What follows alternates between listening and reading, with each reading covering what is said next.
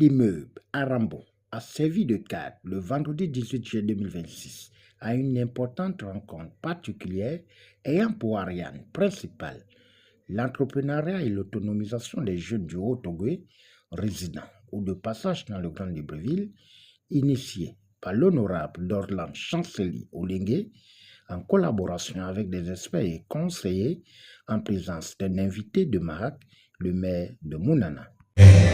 L'entrepreneuriat, c'est la formation. L'entrepreneuriat, c'est la connaissance de ce que nous voulons faire. Je n'ai pas envie de rentrer dans les détails parce que je pense que les personnes adéquates pour les questions qui ont été posées ici ont suffisamment répondu. Ce que je souhaite à tous et à chacun, c'est de devenir l'entrepreneur de demain. C'est de devenir le jeune Alto-Govéen qui représentera la province, non seulement au Gabon, mais au-delà du Gabon. Je souhaite, pour finir, que chacun et chacune de nous ici produise un projet qui puisse être financé.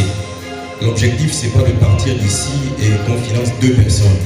L'objectif, c'est qu'on finance le maximum de jeunes. Donc, retrouvez-vous, travaillez d'arrache-pied pour que vos projets soient retenus. Je vous remercie.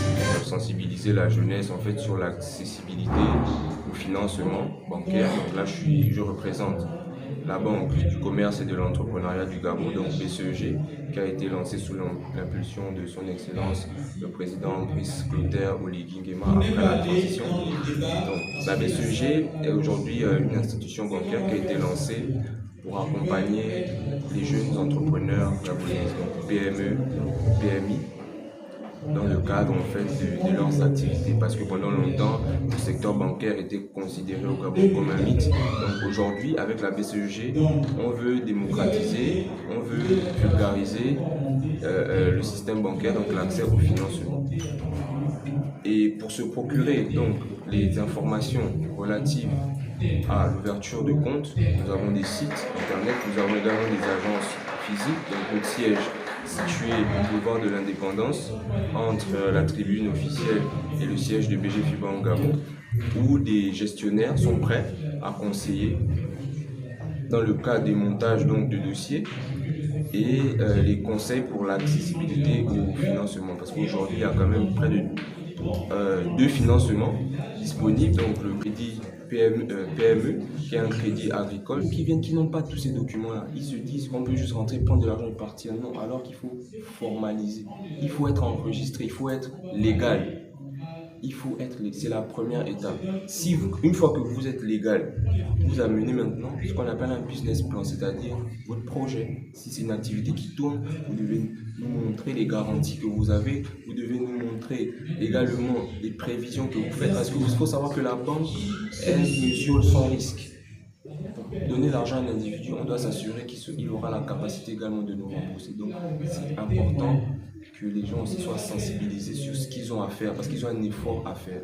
Après l'ouverture des travaux, suivi de plusieurs interventions sur la préoccupation et ambition teintée de conseils et orientations par la matérialisation des projets dans les 11 départements sur le projet porteur, la pierre angulaire de l'événement Dorlan Chancely Olingué n'a pas hésité à fixer le cap en prenant l'engagement de soutenir la jeunesse qui ose.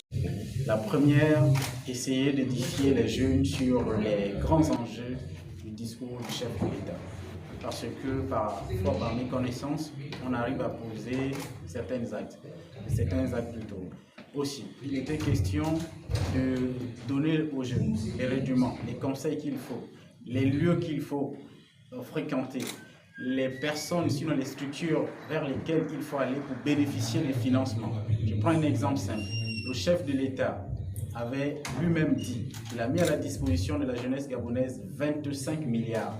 Donc seulement 8,9 ont été captés.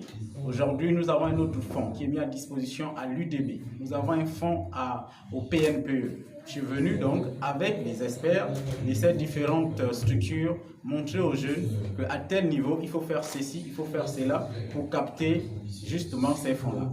Et évoluer dans l'entrepreneuriat parce qu'on gagnerait à augmenter le nombre d'entrepreneurs que d'envoyer tout le monde à la fonction publique. Je vais prendre certaines formations que je vais payer.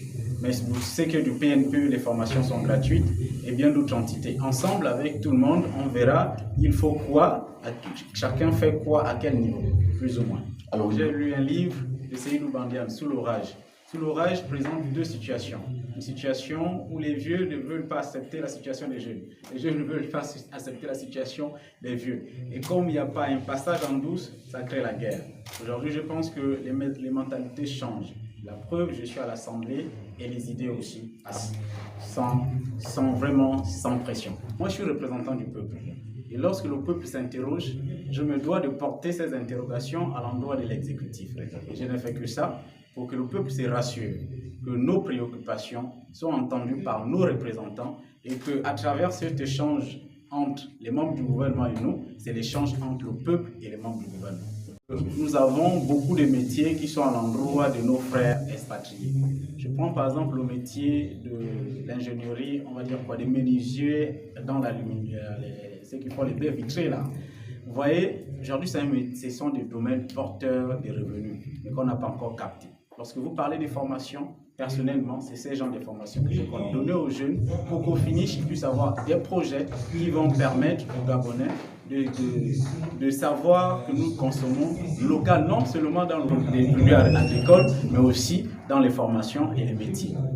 La cérémonie s'est achevée dans une ambiance bon enfant, à travers des échanges interactifs symbolisant l'union et l'engagement de la jeunesse du Haut-Ogooué face aux enjeux de l'autonomisation à l'ère de la Ve République.